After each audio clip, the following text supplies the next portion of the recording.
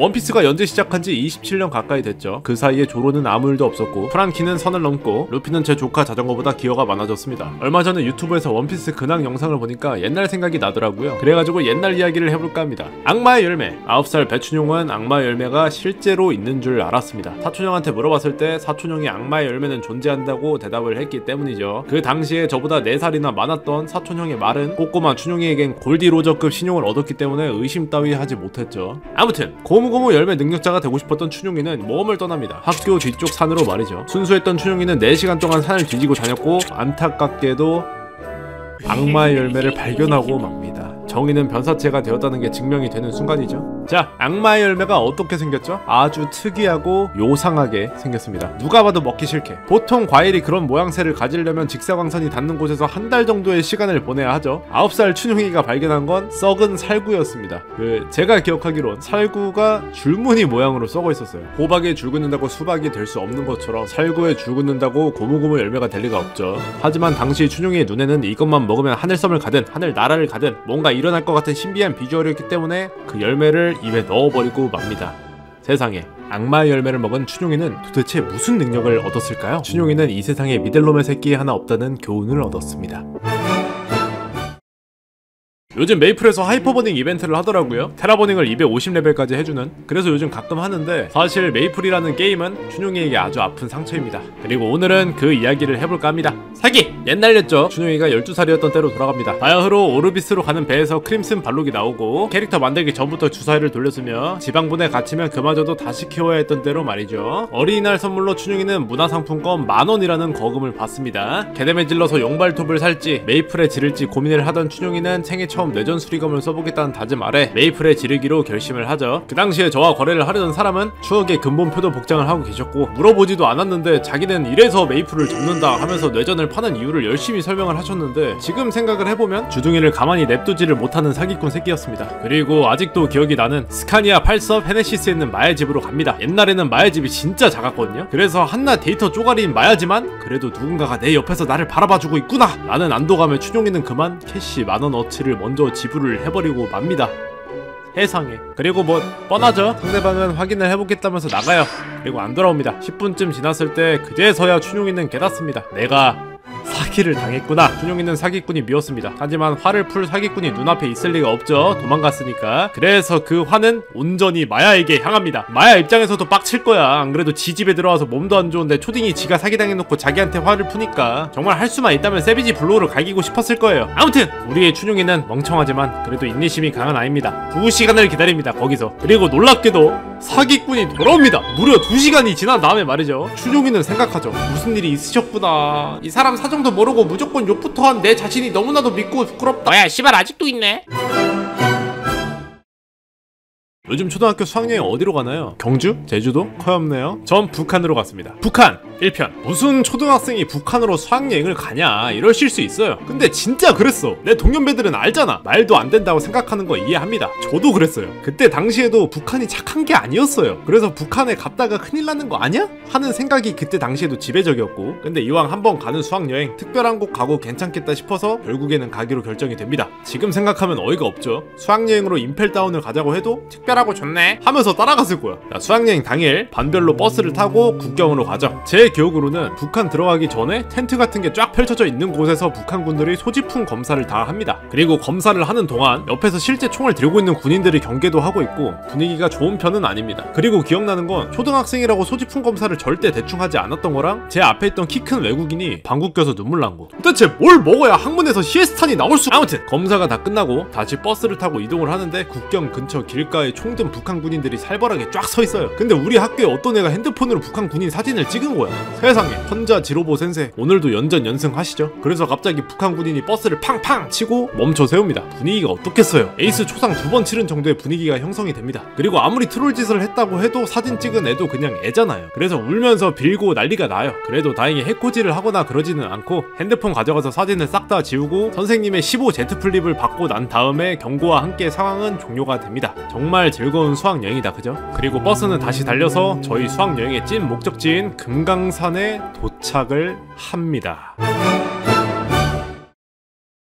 북한! 2편 금강산에 드디어 도착을 합니다. 제가 금강산을 보자마자 든 생각은 진짜 이쁘다 였어요. 이게 산도 이쁜데 확실한 비교 대상이 존재를 했어요. 그건 바로 북한의 주거지역 모습이에요. 북한 주거지역 모습은 진짜 다 무너져가는 갬성 카페 시멘트가루 공사장 에디션 필터를 발라놓은 것처럼 색감 자체가 죽어있는 느낌? 근데 그에 비해서 금강산은 아주 새파랗고 이쁩니다. 비유를 하자면 금강산은 북한의 공대 여신이다 정도라고 알아두시면 됩니다. 그 당시가 워낙에 옛날이고 어려가지고 세세한 건 잘 기억이 안 나는데 신기했던 거를 말씀드려보자면 산 올라가는 중간중간에 판매대가 있어요. 아니 여기에도 있어? 할 정도로 바위 옆에도 있고 계단 사이에도 있고 그래요. 제가 봤을 때 북한 사람들은 차크라를 쓸 줄 압니다. 최소 중급 닌자. 게다가 컨셉도 확실합니다. 알피와 레모네이드 팔기에 나온 그 판매대 거기에 플러스 판매하시는 분들이 한복까지 입고 있어요. 미쳤다. 고객의 니즈를 확실하게 파악을 한 거죠. 누가 봐도 북한이야. 산 중턱에 한복 입은 NPC 그리고 상점 이게 북한이지. 거기서 음료수 같은 거를 팔았던 걸로 기억을 하는데 가격이 진짜 말도 안 됩니다. 아까 RP와 레모네이드 말씀을 드렸죠. 북한 판매대 가격을 보고 RP와 레모네이드 가격을 보면 진짜 선녀 킹 갓 엠퍼러 충무공 RP 대장군이 됩니다. 진짜. 그리고 웃긴 게 달러를 받아요. 아니 평소에는 아메리카 새끼들 깍둑썰기로 조져버리겠어 하면서 미국 달러를 받고 빵긋 웃어요. 무슨 사내 비밀 연애 하는 것도 아니고 앞에선 욕하고 뒤에선 좋아 죽어. 아무튼 그리고 저희 학교에서는 특별한 금강산 맞춤 전략이 있었는데 그건 바로 도장 체크포인트 전략이에요. 선생님 몇 분이서 도장을 가지고 산 곳곳에 위치를 하시면 학생들이 종이를 가지고 다니면서 도장 3개 정도를 받아야 했어요. 왜냐면 애들은 대부분 등산하는 거를 별로 좋아하지 않으니까 귀찮다고 안 올라가 버리면 금강산까지 온 보람이 없잖아요. 학교 입장에서는. 그래서 그런 걸 막기 위한 대책이었는데 그래서 우리의 춘용이는 정상까지 열심히 올라가느냐? 어림없지? 산 중턱에 있는 첫 번째 선생님한테서 도장을 훔칩니다. 크레이지 바이킹 춘용은 아무도 막지 못하죠. 그러니까 춘용님 금강산 어때요? 정상 어땠어요? 물어보지 마세요. 저도 잘 모릅니다. 안 올라갔어.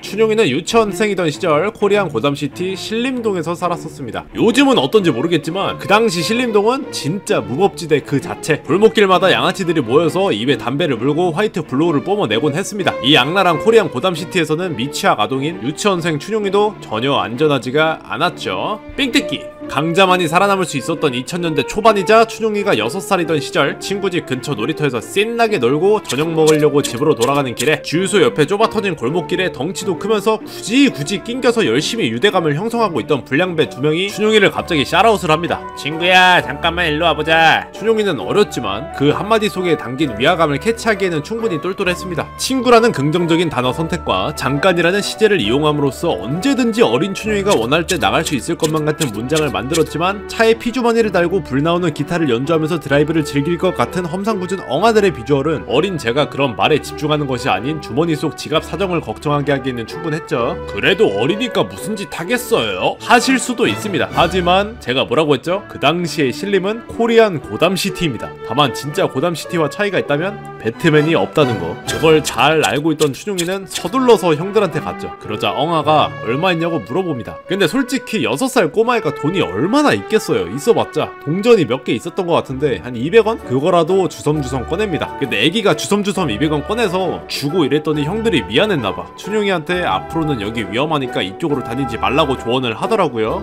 지 때문에 위험한 건데. 아니 다른 사람이 들으면 내가 차도로 다닌 줄 알겠어. 지가 멀쩡한 길에서 황건적질하고 있었으면서 어이가 없죠. 그리고 그 와중에 200원은 또 챙겨갔어. 야 너는 꼭 부자 되라. 예담삼, 예수님을 닮아가는 삶 이라는 행사는 제가 초등학생일 때 다니던 교회에서 진행을 했고 춘용이의 아버지가 들으셨던 2주짜리 새벽 예배 행사 이름이자 제가 교회를 그만 다니게 된 이유입니다. 새벽 예배! 그 당시 저희 집이 용인에 있었는데 춘용이는 수원으로 학교를 다녔어요. 왜냐? 낭만에 살고 독버섯 수프에 죽는 배춘용 5학년 겨울쯤에 용인으로 이사를 갔는데 같이 다니던 초등학교 친구들이랑 졸업을 하고 싶어서 굳이 왕복 3시간 거리를 버스를 타고 수원으로 학교를 다니죠. 이 정도 낭만이면 흰수염 해적단 3번 다이다이조 합격. 그래서 갑자기 이걸 왜 설명하냐? 어차피 아버지가 듣는 건데? 나도 드렸어요.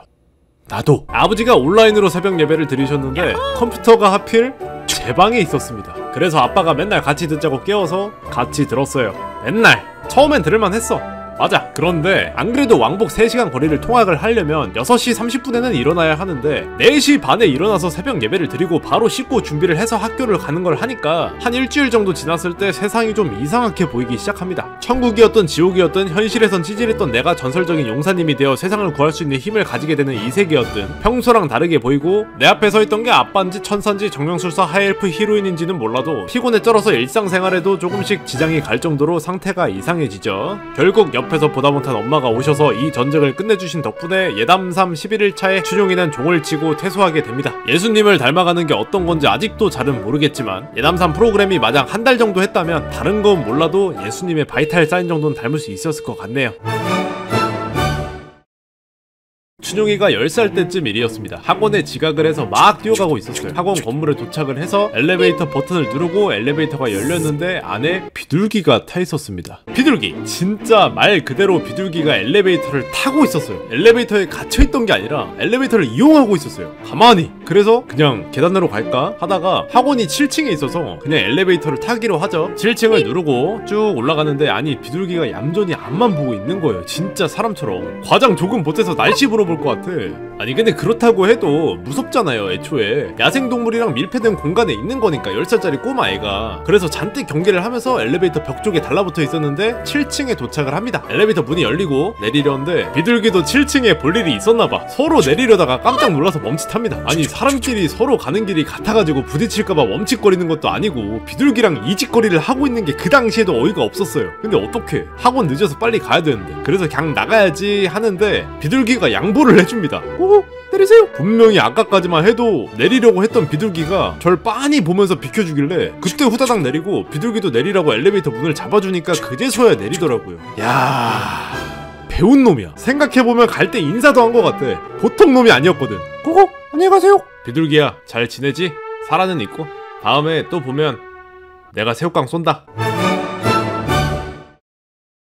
춘용이가 초등학교 저학년이던 시절 있었던 일입니다. 학교를 마치고 친구랑 놀기 전에 집에 가서 짐부터 두고 오려고 집에 가는 길이었죠. 그런데 누가 갑자기 제 가방을 잡습니다. 뭐야? 하고 보니까 할아버지 한 분이 가방을 잡고 계십니다. 인간 부스터! 오잉? 하면서 쳐다보니까 할아버지가 어딘가를 가리키세요. 비장하게. 그래가지고 무슨 일 있으신가? 하고 가리키는 곳을 봤더니 지금 뛰어야 간당간당하게 건널 수 있는 횡단보도와 신호등이 있습니다. 그래서 다시 할아버지를 보니까 빨리 가자! 하시는데 싫어요! 뭐야? 넌 왜? 심지어 우리 집 가는 길도 아니야. 난 다른 곳으로 가야 돼요. 그래서 거절하고 싶었지만 그 당시 어르신들이 굉장히 무서웠습니다. 친절한 어르신분들도 많았지만 물론 이렇게 동네에서 마주치는 어르신들 대부분은 여기서 싫다고 하면 머리를 쥐어 박을 것 같았어. 아무튼 그렇게 지원한 적도 없는데 갑자기 할아버지의 윙맨이 되어버린 춘용이는 어쩔 수 없이 달릴 준비를 합니다. 또 하자고 하면 해요. 작전명 효도, 콜사인 잼민, 출격, 그리고 할아버지 이송작전을 시작하죠. 근데 이게 굉장히 어려운 게 제 페이스대로 달리면 할아버지가 못 따라오실 것 같고 그러자고 할아버지 페이스대로 가면 신호가 오래 못 버텨요. 그래서 일단 애매하게 달려가고 있기는 한데 아니나 다를까 신호가 끝나려고 합니다. 아직 4분의 1이나 남았는데 말이죠. 그래서 좀 더 빠르게 가도 되려나? 하는 순간 갑자기 할아버지가 절 제끼고 먼저 갑니다. 오? 심지어 빨라! 뭔데? 하고 있는 사이에 할아버지는 혼자 가버리셨고 집에 와서 보니까 악력이 얼마나 센 건지 제 가방 손잡이가 뜯겨져 나가 있더라고요. 사실 이후에 집에 오면서 기분이 되게 안 좋았는데 손잡이를 보고 나니까 감사하다. 할아버지가 목숨만은 살려주셔서 감사하다.